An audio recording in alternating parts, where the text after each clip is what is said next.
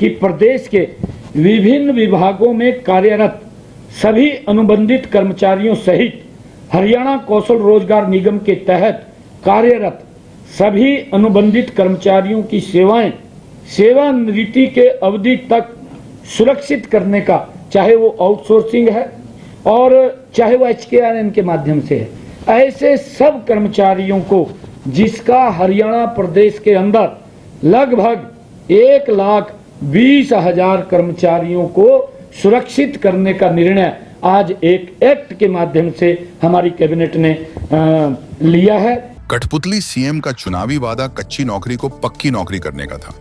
चुनाव के बाद पक्की नौकरी तो छोड़िए, जो कच्ची नौकरी थी वो भी चली गई। चुनाव के दौरान एक्ट और चुनाव के बाद संशोधित बिल, इसे कहते हैं पीठ में छुरा घोंपना, वादा खिलाफी करना, अपनी जुबान से मुकरना। हरियाणा की भाजपा सरकार ने जो वादा कच्चे कर्मचारियों को पक्की नौकरी के लिए किया था, वो सब झूठ साबित होता जा रहा है। यकीन नहीं तो यह खबर पढ़ लीजिए। 58 अनुबंधित कर्मियों को दिखाया बाहर का रास्ता। हरियाणा सरकार के सिंचाई एवं जल संसाधन विभाग में कौशल रोजगार निगम तथा आउटसोर्सिंग पॉलिसी 2 के तहत लगे कर्मचारियों की सेवाएं समाप्त कर दी गई हैं। जिन कर्मचारियों की सेवाएं खत्म की गई हैं, उनकी संख्या 58 है। इनमें 36 कर्मचारी कैथल और 22 कर्मचारी कुरुक्षेत्र सर्कल के शामिल हैं। सिंचाई विभाग में पहले से कार्यरत इन कर्मचारियों को बाहर का रास्ता दिखाया गया है। हरियाणा की भाजपा सरकार ने हरियाणा संविदात्मक कर्मचारी सेवा की सुनिश्चितता विधेयक 2024 पारित तो किया, पर इसमें इतनी खामियां हैं कि कच्ची नौकरी वाले पक्के होने के बजाय उनकी छुट्टी होना लाजमी है। अब खुद देखिए, इस बिल में लगातार 10 साल तक नौकरी करने के बाद भी रेगुलर एम्प्लॉय बनने का अधिकार नहीं है।